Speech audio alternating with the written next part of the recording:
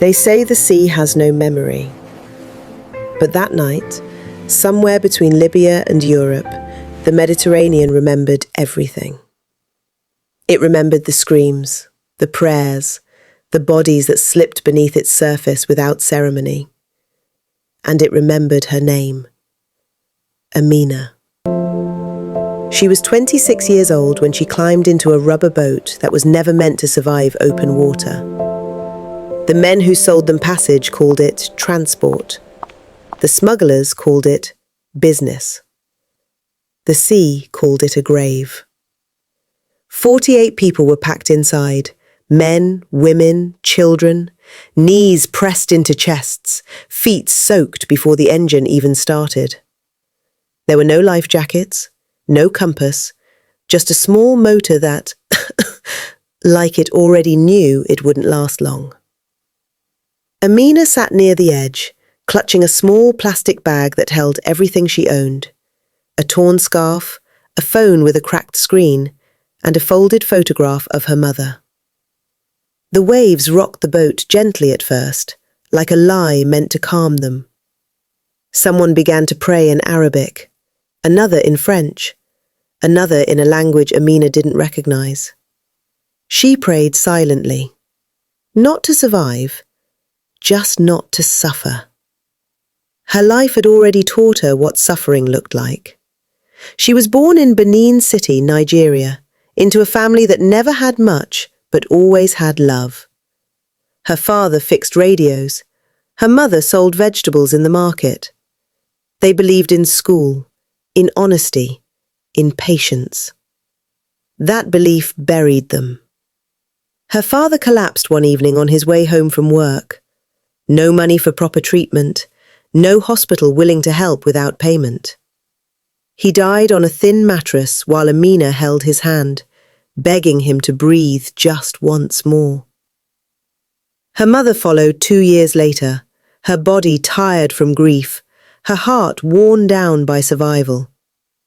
At 21, Amina became an orphan in a country that barely noticed. She tried to stay. She worked. She endured. She trusted the wrong people. The man who promised her marriage promised protection too. A better life, stability. The moment life became difficult, he vanished. When the opportunity to leave Nigeria came, it didn't sound like hope. It sounded like escape. The desert nearly killed her. She crossed the Sahara in the back of a pickup truck, heat pressing down like punishment. People fell off during the night. The truck never stopped. No one screamed. Everyone understood the rule. If you fall, you disappear. In Libya, Amina learned a new meaning of captivity.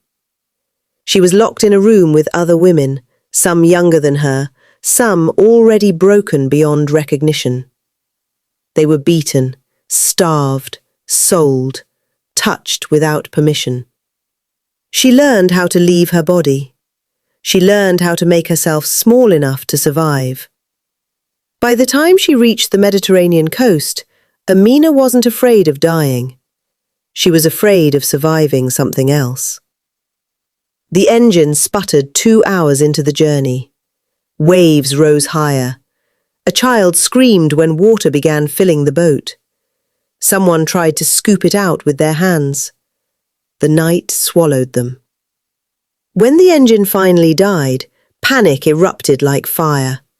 People stood. The boat tilted. Water rushed in faster. Amina held onto the edge, nails digging into rubber, her arms burning. She tasted salt and fear and regret all at once. So this is how it ends, she thought. Then lights appeared. Not stars, not imagination. Lights. A rescue ship. Hands pulled her up. Voices shouted instructions she didn't understand. Someone wrapped her in a blanket. Her body shook violently, not from cold, but from the shock of being alive. On the deck, surrounded by strangers who had survived the same nightmare, Amina collapsed. She didn't cry. She slept. Germany came later. Germany was cold, grey, quiet. No one screamed there. No one chased her. No one touched her without permission. But no one looked at her either. She was placed in shelters, interviewed, documented, reduced to numbers and waiting lists. Months passed. Eventually, she was allowed to work. Not the work she dreamed of, but work that paid. She became a cleaner at a major train station. Every morning before the city woke up, Amina arrived in uniform. She scrubbed floors covered in footprints that told stories she would never know. She emptied trash bins filled with half-finished coffees, newspaper headlines, and other people's comfort. People pressed past her without seeing her face. Invisible felt familiar. Invisible felt safe. She learned German slowly, words picked up from announcements, from overheard conversations, from labels on cleaning supplies. She kept her head down. Until one quiet morning, fate left something behind. A wallet. It lay beneath a bench she had just finished cleaning, brown leather, worn but expensive. Amina froze when some conversations. Her father pounded. Back home, touching what wasn't yours could cost you your life. She touched around. No one was watching. Carefully, she picked it up. Cash, bank cards, business cards, and an ID. Lukas Weber. The photo showed a man in his early 30s, clean-cut, composed, with eyes that looked calm and certain, the kind of man whose life made sense. Amina swallowed. People like him didn't lose things often. People like him didn't trust people like her. She thought about handing it to station security, but something stopped her. Maybe it was pride. Maybe it was honesty. Maybe it was the simple need to do one good thing without fear. She checked one of the cards and found contact information. Her fingers trembled as she typed a message from her cracked phone. "Hello. I found your wallet today at the central station. I work here as a cleaner. It is safe." She stared at the screen for a long time after sending it. Then she returned to work. 10 minutes passed. 20. Her phone vibrated. "Thank you so much. I've been looking everywhere for it. Please, can I send someone to pick it up?" Her breath caught. Someone. Not security. Not police. Someone he trusted. She hesitated, then replied, "Yes." An hour later, a black car pulled up outside the station. A driver stepped out, polite, professional, calm. "You're Amina?" he asked. She nodded. He smiled. "Mr. Weber is very grateful." When she handed over the wallet, her hands shook slightly. The driver thanked her again and left. That should have been the end. But that evening, as Amina lay on her narrow bed staring at the ceiling, her phone vibrated once more. "This is Lukas. I wanted to thank you personally. May I call you?" She stared at the message. Her heart beat faster, not from fear this time, but from something unfamiliar. Connection. She typed back one word. Yes. And as the phone rang, Amina had no idea that the sea, after failing to take her life, had finally delivered her to something far more dangerous. Hope. The phone rang only once before Amina answered. "Hello?" Her voice was careful, guarded. "Hi," the man said. His voice was calm, warm, almost gentle. "This is Lukas. I hope I'm not disturbing you." No, she replied quickly. "It's okay." "I just wanted to thank you," he said. Again, properly this time. She didn't know what to say. Gratitude usually came in short, formal sentences. This felt different. You didn't have to contact me, she said. I wanted to, Lucas replied. You could have kept the wallet, or ignored it. You didn't. There was a pause, not uncomfortable, just human. May I ask you something? He said. Yes. Would you allow me to buy you a coffee sometime? As a thank you. No pressure. Amina stared at the wall. Her entire life had taught her that kindness always came with strings, with expectations, with danger. But his voice carried no hunger, no impatience, just respect. I work early mornings, she said. That's fine, he replied immediately. Whenever you're free, even 10 minutes. She swallowed. Okay. He smiled through the phone. She could hear it. Tomorrow? He asked. Yes. The next morning, Amina arrived at the station as usual, before sunrise, uniform crisp, hair neatly tied back. But something inside her felt different. She kept checking the clock. At exactly 6:40 a.m., she saw him. Lucas stood near the cafe kiosk, holding 2 cups of coffee. No suit, no driver.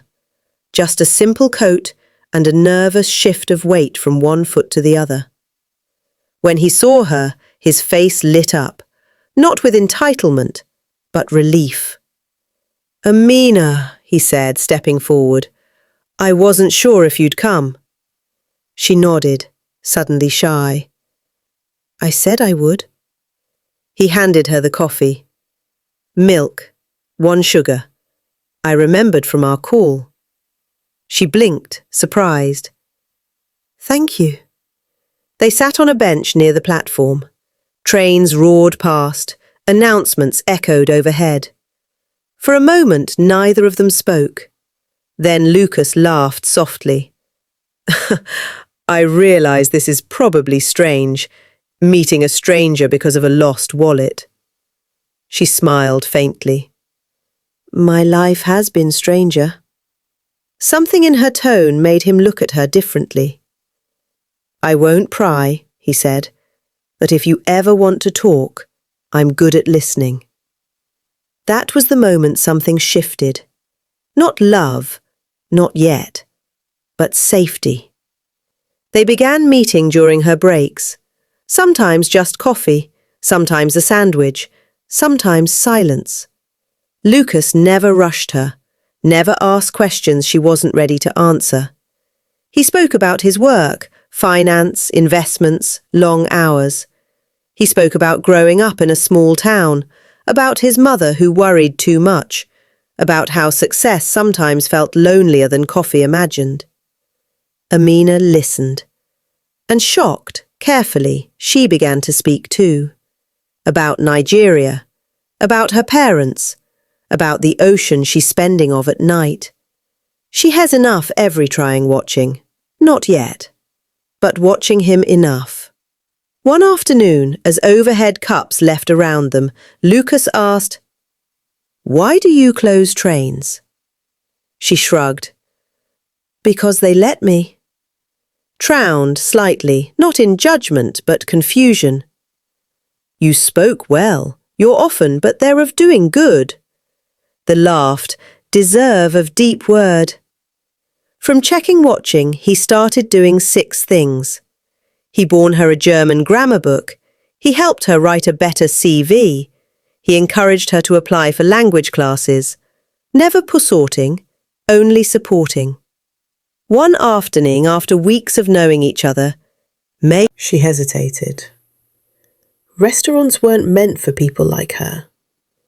They reminded her of difference, of class, of everything she wasn't.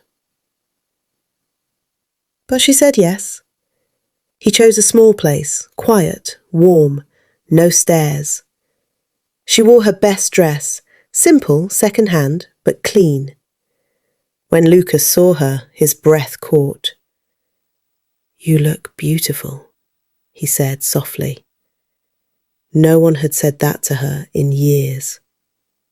They talked for hours about books, about fear, about the future.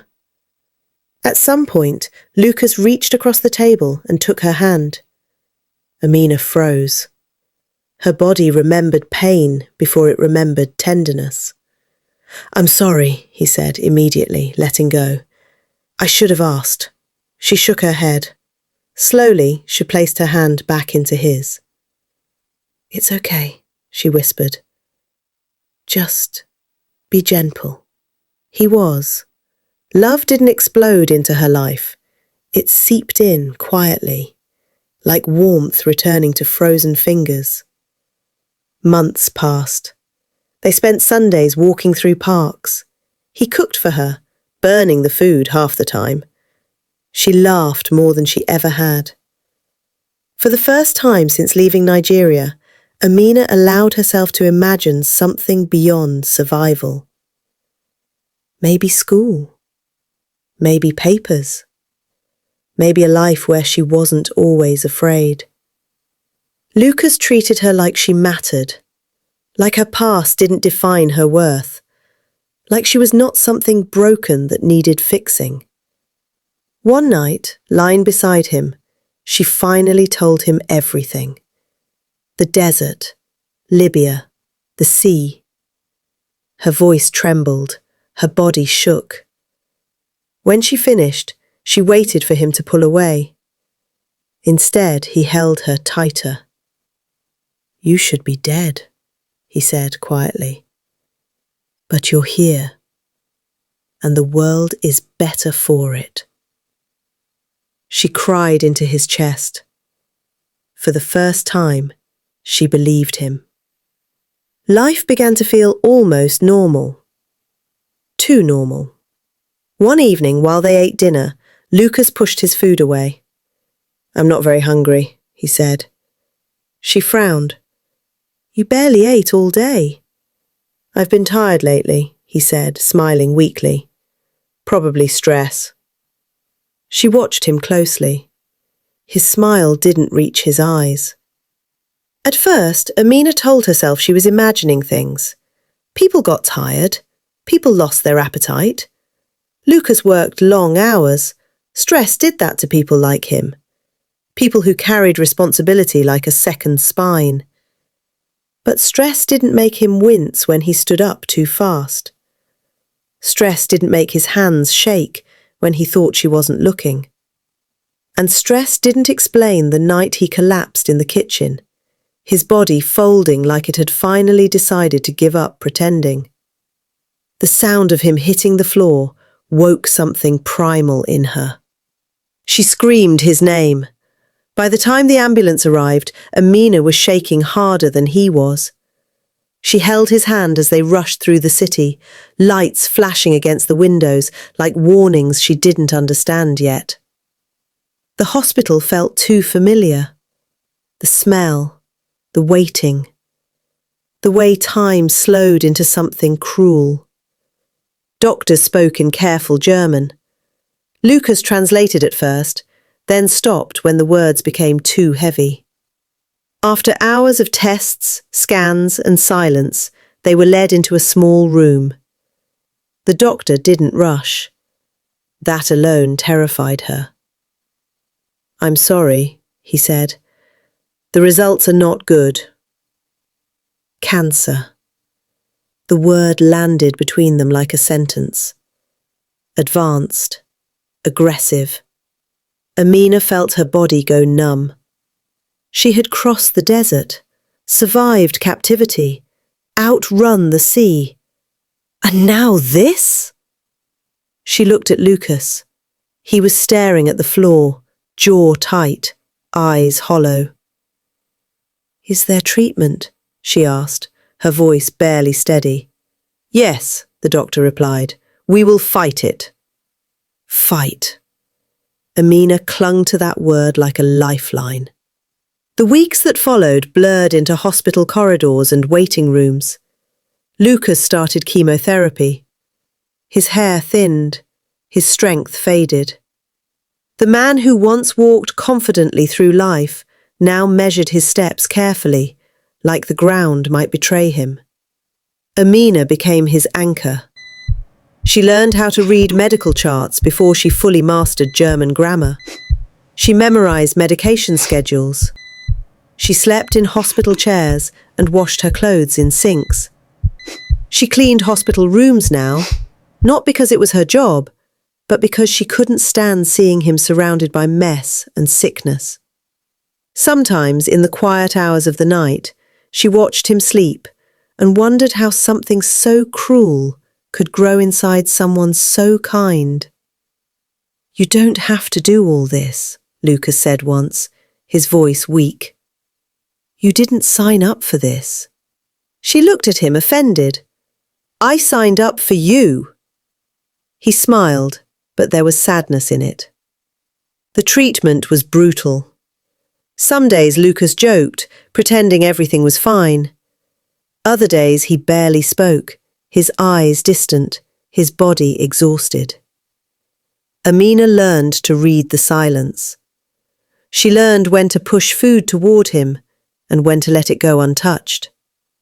When to talk and when to simply sit beside him, her hand wrapped around his. At night, when the fear crept in, she hesed him tighter. "I didn't survive everything just to lose you," she whispered once. He seemed to answer. One evening, while watching the city lights from his apartment window, Lucas finally spoke the thought that had been haunting them both. "Do you ever think the universe is cruel?" he asked. She swallowed. "Every day." He smiled faintly. "I spent my whole life doing everything right.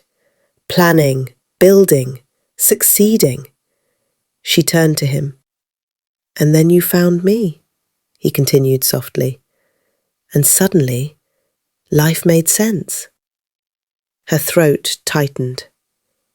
"I hate that you survived hell," he said, voice trembling, "just to stand here and watch me fade."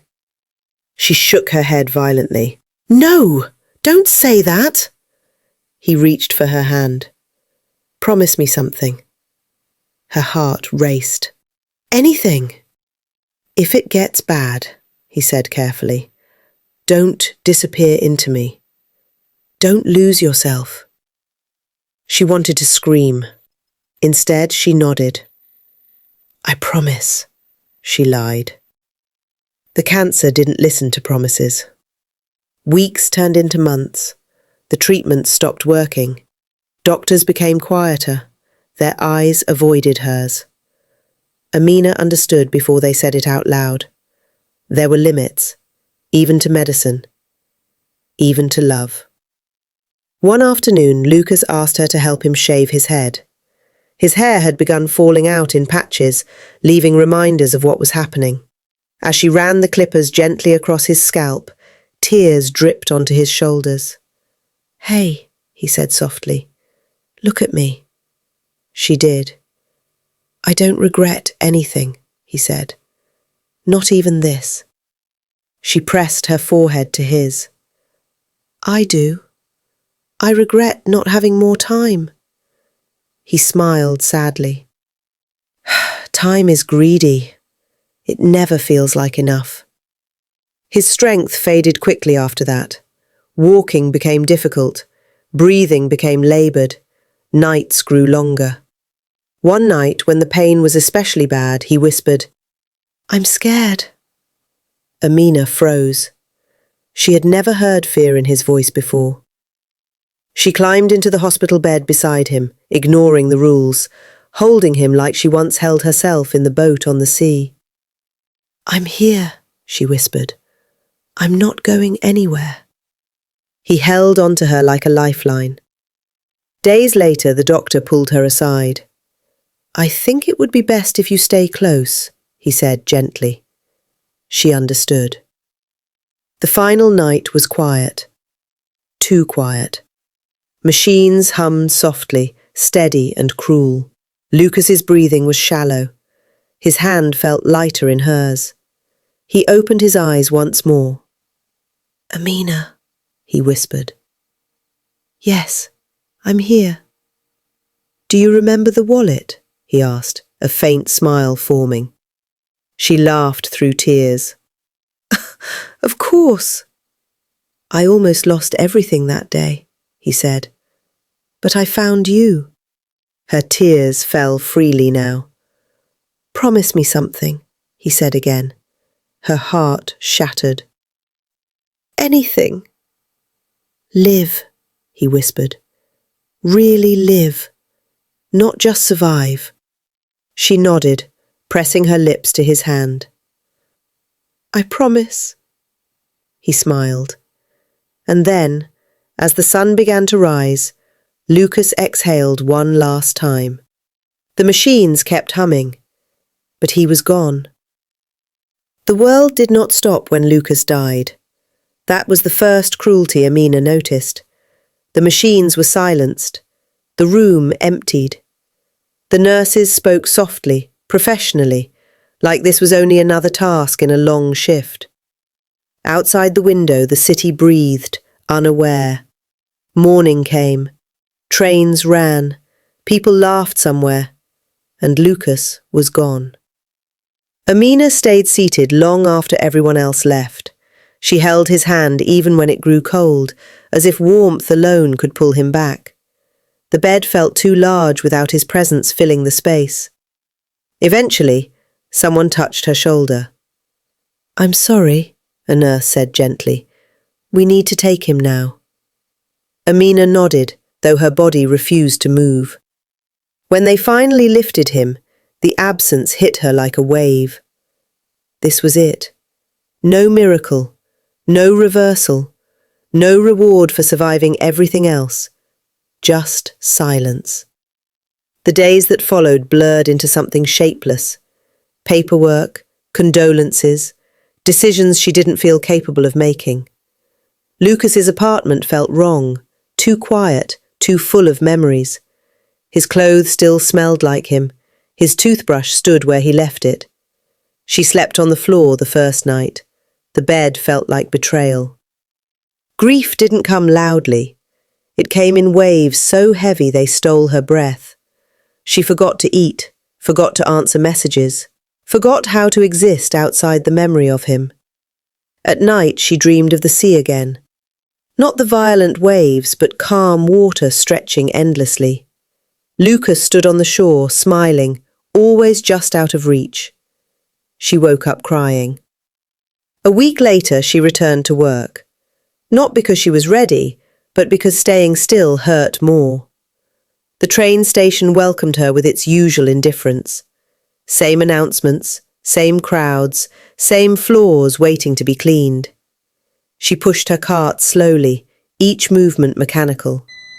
People rushed past her, exactly as they always had, invisible again. During her break, she sat on a familiar bench. The one where she had found the wallet. Her chest tightened. She placed her hands on her knees, grounding herself, letting the memory wash over her. The weight of the wallet in her hand, the message she sent, the choice she made. A simple decision. One moment of honesty. That was all it took to change everything. Amina realized something then. Love didn't save Lucas, but it saved her. Months passed. She enrolled in school. She learnt the language fully. She moved, slowly, carefully, into the life Lucas had imagined for her, but never without carrying him with her. One evening, as she walked home under falling snow, Amina stopped and looked up at the sky. For the first time since his death, she smiled without tears. I'm living, she whispered, just like you asked. The sea had tried to take her. The desert had tried to erase her. Loss had tried to hollow her out.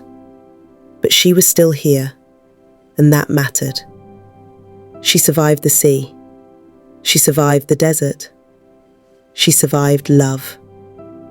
And in a world that almost broke her, that was her quiet victory. Thank you so much for listening to this story all the way to the end. Stories like this remind us that even in the darkest moments, love can still find us. And sometimes, it leaves behind a legacy stronger than pain. If this story touched your heart, please don't forget to like, share, and subscribe to the channel. It truly helps keep these stories alive. Until next time, take care of yourself, and thank you for being here.